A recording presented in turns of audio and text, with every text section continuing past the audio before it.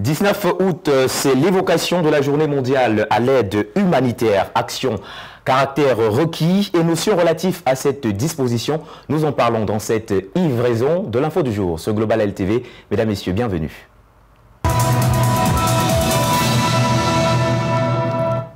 Vous êtes sur Global LTV, vous regardez l'info du jour. Célébrée tous les 19 août de chaque année, la journée mondiale de l'aide humanitaire commémore l'attentat à la bombe contre l'hôtel Canal à Bagdad le 19 août 2003. Retour sur la genèse de cette journée instituée par les Nations Unies avec Brindanon.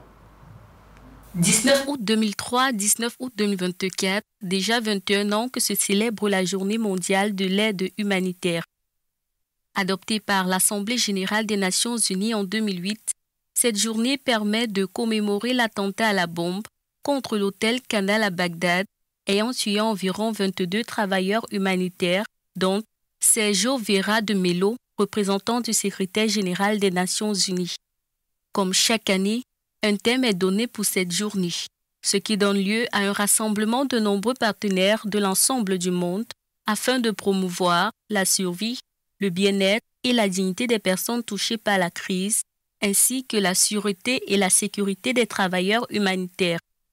Aussi, la Journée mondiale de l'aide humanitaire a été instituée non seulement pour rendre hommage aux acteurs humanitaires, mais aussi pour les encourager dans leurs efforts quotidiens au service des plus vulnérables.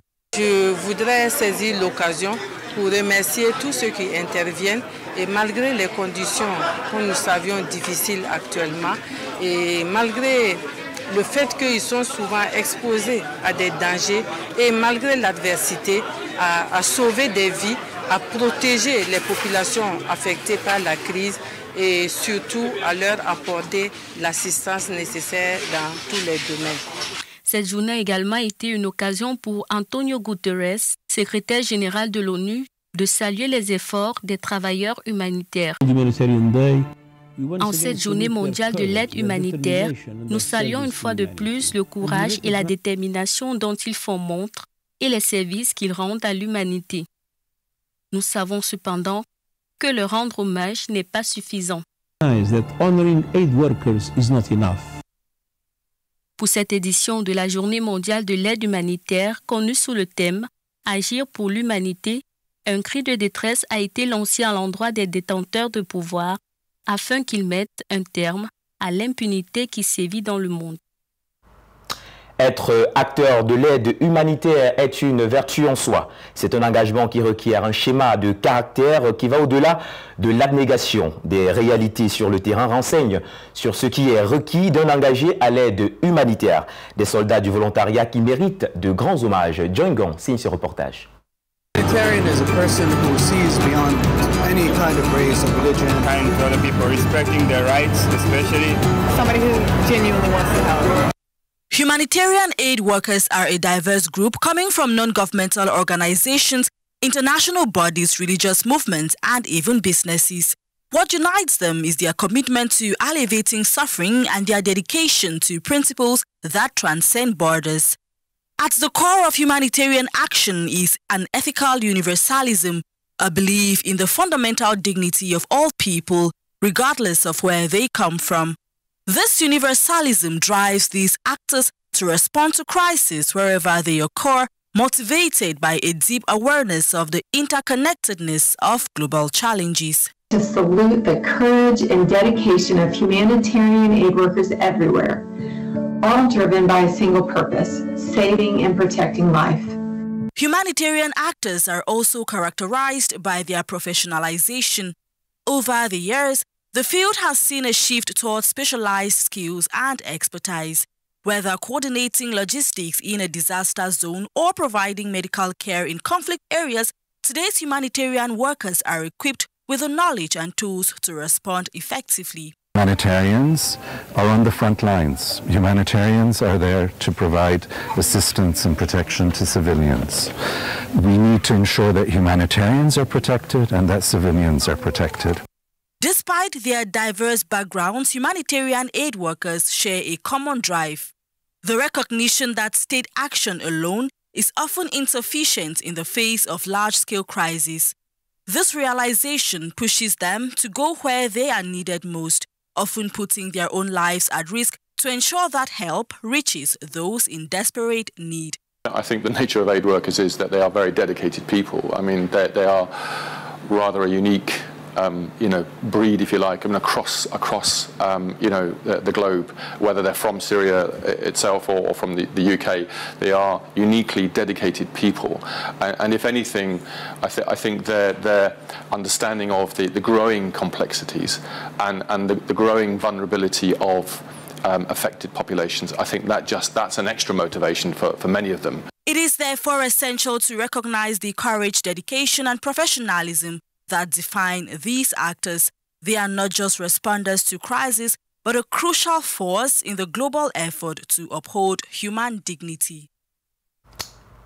Les acteurs de l'aide humanitaire ont du pain sur la planche. Dans un contexte d'une humanité confuse, le passé, remonté jusqu'à seulement 2023, retrace les actions des donateurs et des volontaires.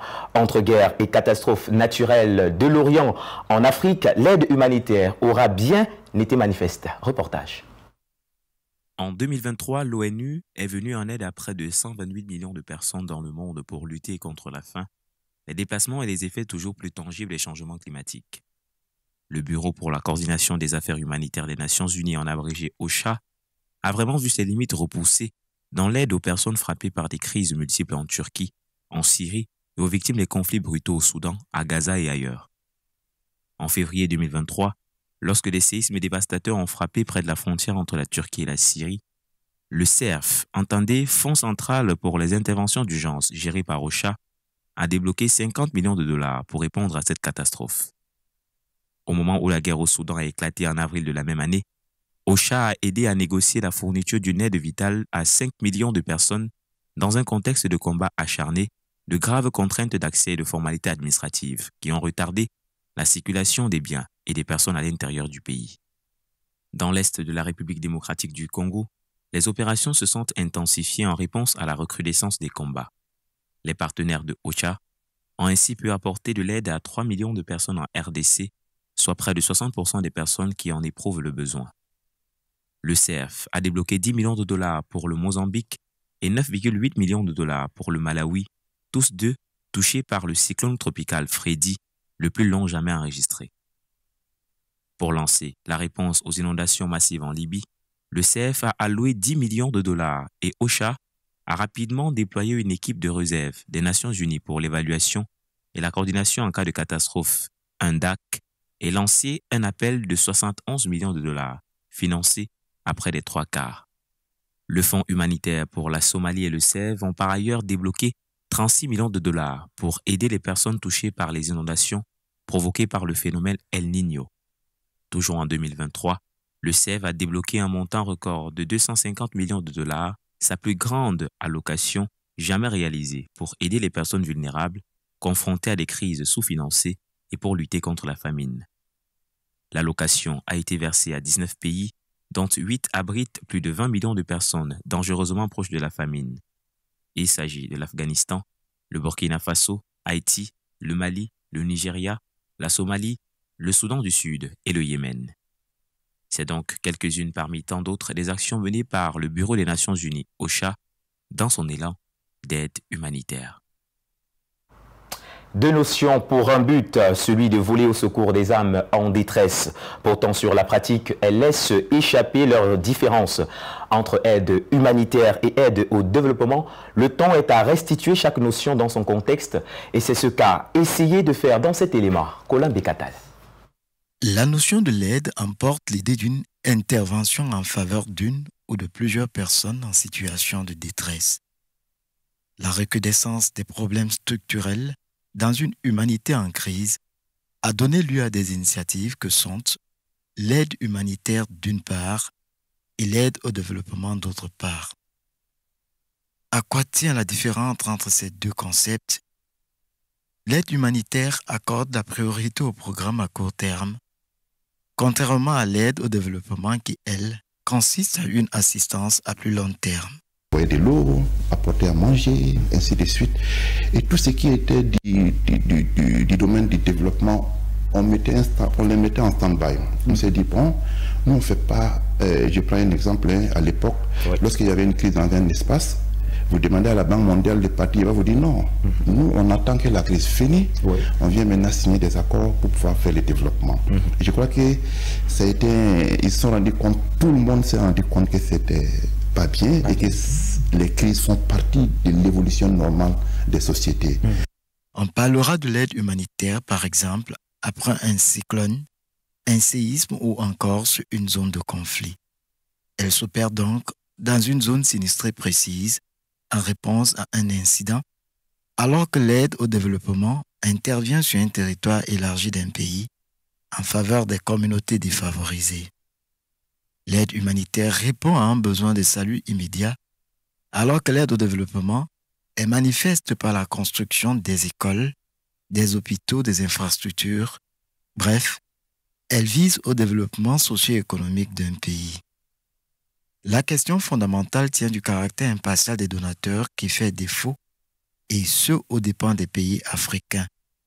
C'est ce que remarque le secrétaire général du Conseil norvégien pour les réfugiés. Le fait que les crises les plus négligées du monde soient toutes en Afrique montre l'échec chronique des décideurs, des donateurs et des médias. Avec la guerre en Ukraine qui occupe l'Europe, je crains que la souffrance africaine ne passe au second plan. L'aide, qu'elle soit humanitaire ou au développement, ne garde son pesant d'or que si elle tient compte de ceux d'ici, mais aussi de ceux d'ailleurs.